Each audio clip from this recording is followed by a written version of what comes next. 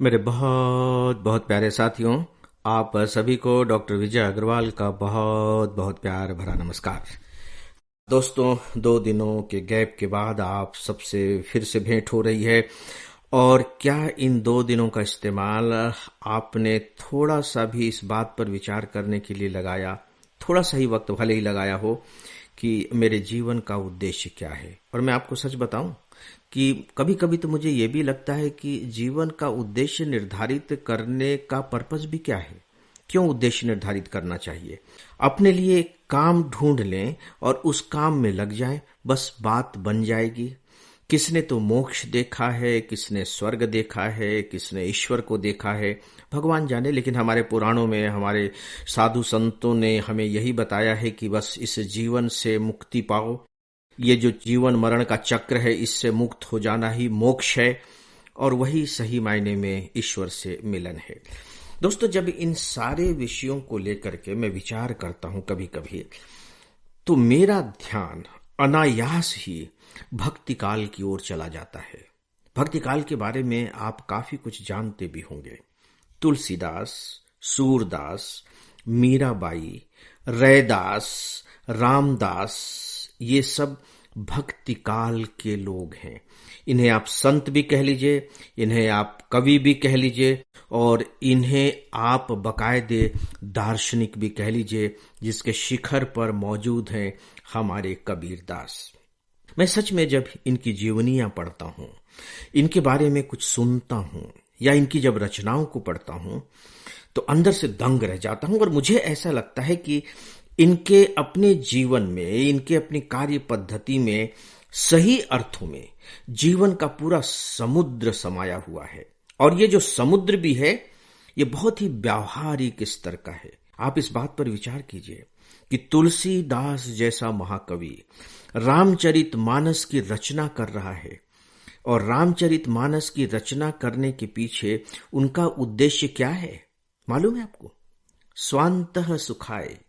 उन्होंने लिखा है, शुरुआत में ही लिखा है कि मैं ये जो रामचरितमानस लिख रहा हूं ना, ये कोई अमर होने के लिए नहीं लिख रहा हूं, समाज में कोई बदलाव लाने के लिए नहीं लिख रहा हूं, न मैं कोई मानवता के कल्याण के लिए लिख रहा हूं, ऐसा कोई भ्रम पाले हुए हूं। इनमें से कोई मेरा उद्देश्य नहीं है।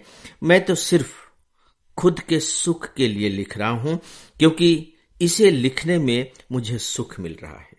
आप देखिए, और तुलसीदास जो महाकवि हैं, उनकी रचना रामचरितमानस, जिसका सबसे ज्यादा प्रभाव हिंदुस्तान की चेतना पर है, ऐसे महाकवि ये बात कह रहे हैं कि नहीं नहीं, मैं कोई बड़ा काम नहीं कर रहा हूं, मैं कोई एम्बिशियस नहीं हूं, मेरा तो बस छोटा सा प्लान है कि मुझे इसमें अच्छा लगता है। और कबीरदास क्या कह रहे हैं? कबीरदास क्या कर रहे हैं?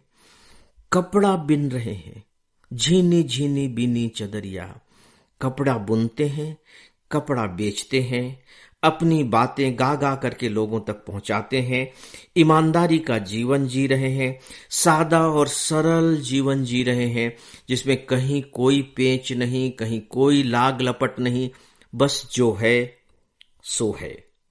और अंत में वे अपने जीवन की उपलब्धि को किस रूप में रखते हैं, और बड़े गर्व के साथ रखते हैं, और सच पूछे तो बड़े आत्मसंतोष के साथ रखते हैं, और कहते हैं, जस की तस धर दीनी चदरिया।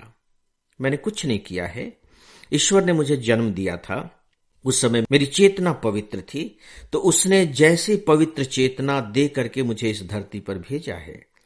अंत तक मैंने अपनी चेतना की उस पवित्रता को बनाए रखा, और मैं अब चल रहा हूं, जस की तस धर दीनी चदरिया। रैदास क्या कर रहे हैं? जूते बना रहे हैं, जूते बनाते बनाते भजन कर रहे हैं। हाँ, अपने काम में पूरी ईमानदारी बरत रहे हैं, और पूरे ध्यान से अपने काम को कर रहे हैं। इतने ध्यान से कर रहे हैं कि यदि कोई व्यक्ति उनकी झोपड़ी में आके और कोई हीरा उनकी झोपड़ी में खोस जाता है, तो उनको इस बात का पता नहीं है, और कुछ दिनों के बाद जब वो व्यक्ति लौट करके आता है तो देखता है कि हीरा तो वहीं खोसा हुआ है। उनको कोई मतलब ही नहीं है हीरा से, उनको अपने काम से मतलब है, उस काम में मगन है। को काहू में मगन, को काहू में मगन।